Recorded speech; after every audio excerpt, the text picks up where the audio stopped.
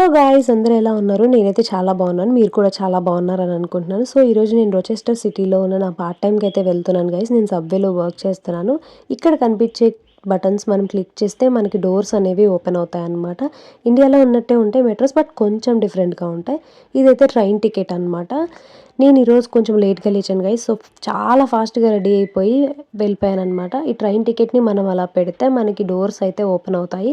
ఇక్కడ roads cross చేసేటప్పుడు మనం బటన్ అలా పుష్ చేసి వెయిట్ చేయాలి గైస్. మనం ఇండియాలో రోడ్స్ క్రాస్ చేసినట్టు ఎలా పడితే అలా క్రాస్ చేయడానికి ఇక్కడ ఉండదు. ఎందుకంటే ఇక్కడ రూల్స్ అనేవి చాలా స్ట్రిక్ట్ అనమాట.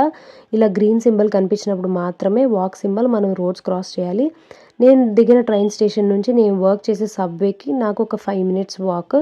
ఇంకా అక్కడ నుండి నేను సబ్వే దగ్గరికి అయితే వెళ్ళిపోతున్నాను అనమాట. ఇండియా నుంచి ఏ అబ్రాడ్ కంట్రీకి వెళ్ళినా ప్రతి అబ్బాయి అమ్మాయి చాలా కష్టపడతారు గైస్. ఎవరిని తక్కువ చేసి డీమోటివేట్ చేసి మాత్రం మాట్లాడొద్దు.